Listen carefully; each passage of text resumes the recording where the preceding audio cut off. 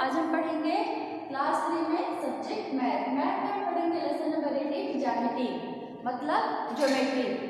Geometry में हम पढ़ेंगे बच्चों कि बिंदु कैसे बनता है, बिंदु कैसे खींचा जाता है या फिर लाइन कैसे खींचा जाता है, डायग्राम कैसे बनता है, ये हम इसमें पढ़ेंगे। तो सबसे पहले बिंदु। पेंसिल की नोक से अपनी कॉपी में एक बारीक निशान बनाइए।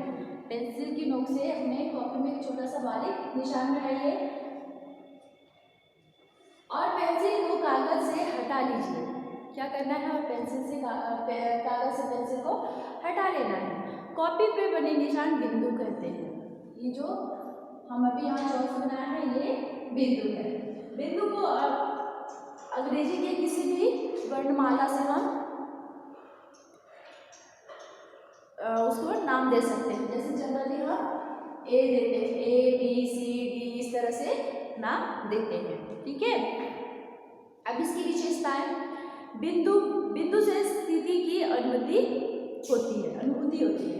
मतलब बिंदु जहाँ पे है उसकी स्थिति की अनुभूति होती है कि यहाँ पे बिंदु है, यहाँ से हम अगर कोई डायग्राम बनाना चाहे तो बना ले या फिर लाइन खींचे। ठीक है।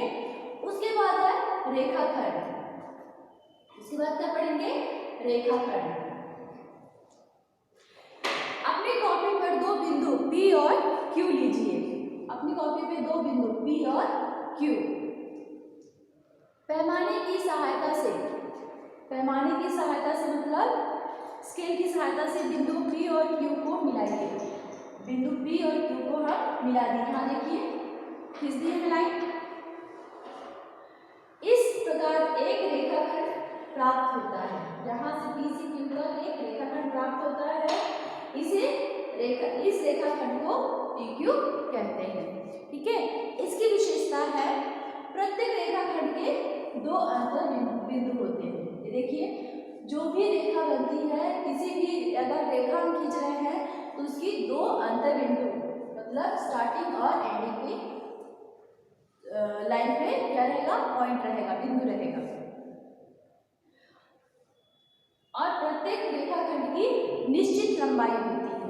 मतलब इसका आकार हमें पता होता है कि हमको कहाँ से कहाँ तक खींचना है। उसके बाद है पढ़ेंगे रेखा।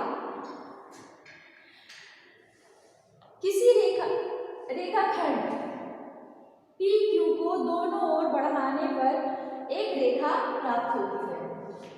किसी रेखाखंड को P और Q को आगे और पीछे इधर से भी बढ़ाना है, इधर से, दोनों तरफ से बढ़ाने पे हमें क्या प्राप्त होती है? रेखा। इसकी कोई निश्चित लंबाई नहीं होती है। ठीक है। इसकी कोई निश्चित लंबाई नहीं होती और इसका अंतर बिंदु नहीं होता है, लास्ट में बिंदु नहीं होता है। उसके बाद है किरण।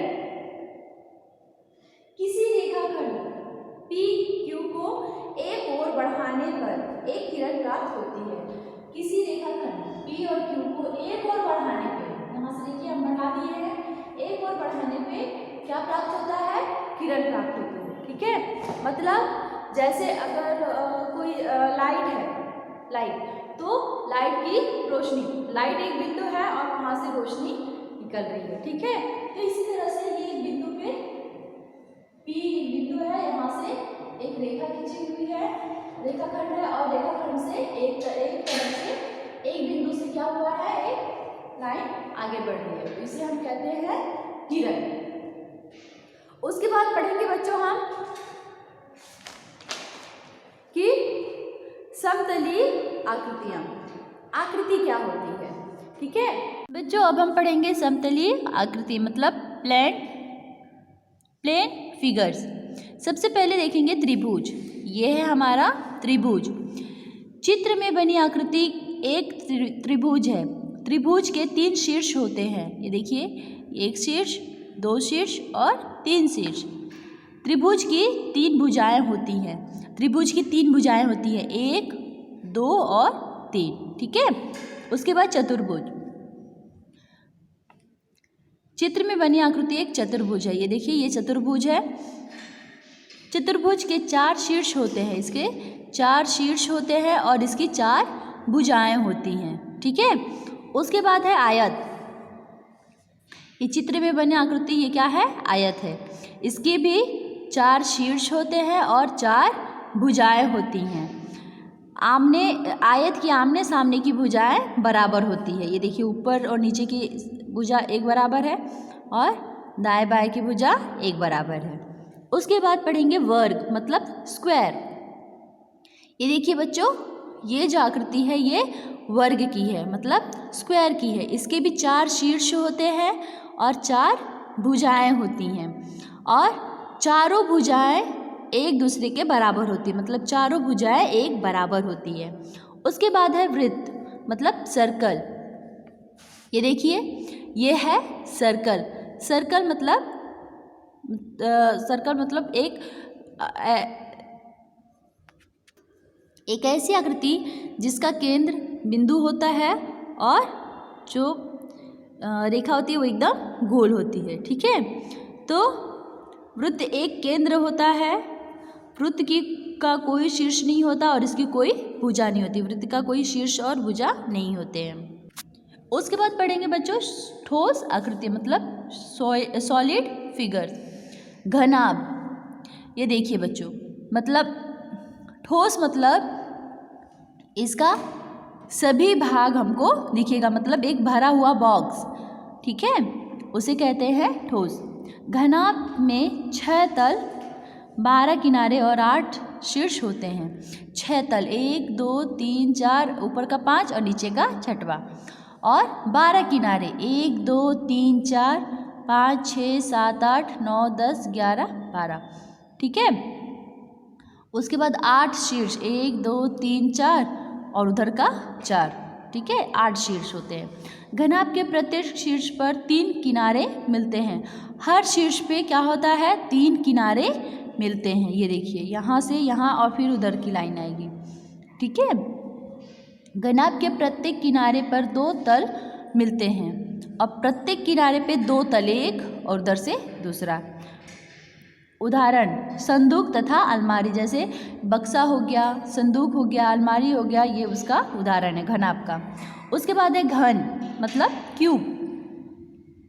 घन में 6 तल 12 किनारे और 8 शीर्ष होते हैं इसमें भी। ठीक है, घनाभ के प्रत्येक शीर्ष पर 3 किनारे मिलते हैं। घन के प्रत्येक किनारे पर 2 तल मिलते हैं। घनाभ के एकदम सेम है, लेकिन जैसे ये लूडो खेलने का जो पासा होता है वो। बेलन। बेलन मतलब एक भरा हुआ ड्रम तथा बिजली का खम्मा, इस तरह से। बेलन के 2 आधार होते हैं, ये आधार और इधर, मतलब ऊपर से या नीचे से रखो तो फिर वो रखा जाता है। बेलन में कोई शीर्ष नहीं होता, इसमें कोई शीर्ष नहीं होता है। ठीक है, इसका उदाहरण है ड्रम, बिजली का खम्मा या कोई डब्बा, गोल डब्बा, इस तरह से। उसके बाद है शंकु। ये देखिए बच्चों, ये है शंकु। ये ऐसे, ये खाली है और ये सब भरा हुआ है। ठीक है, जैसे जोकर की टोपी हो गई, आइसक्रीम का कोन हो गया। ठीक है, इसे हम कहते हैं शंकु। शंकु में एक शीर्ष होता है, शंकु में एक आधार होता है। एक शीर्ष होता है और एक आधार होता है। उसके बाद है गोला। ये देखिए चित्र में बनी आकृति ये गोला है। गेंद या कांच की गोलियां, फुटबॉल, ये सब इसके उदाहरण है गोला के। वृत्त में कोई शीर्ष नहीं होता। गोले में केवल एक पृष्ठ होता है। अब बच्चों, गोला और वृत्त दोनों में क्या अंतर है? वृत्त जो है उसका एक केंद्र होता है और सिर्फ लाइन खिंचा होता है। ठीक है, बीच में सब खाली होता है। और ये गोला मतलब ठोस होता है, जैसे गोलियां हो गई, गोल गोल गोलियां हो गई, फुटबॉल हो गया, गेंद हो गया, इस प्रकार से। उसके बाद देखेंगे पैमाना अथवा पटरी, मतलब जिसे हम स्केल कहते हैं। ये देखिए, ये स्केल। आपके ज्यामितीय बॉक्स में एक पटरी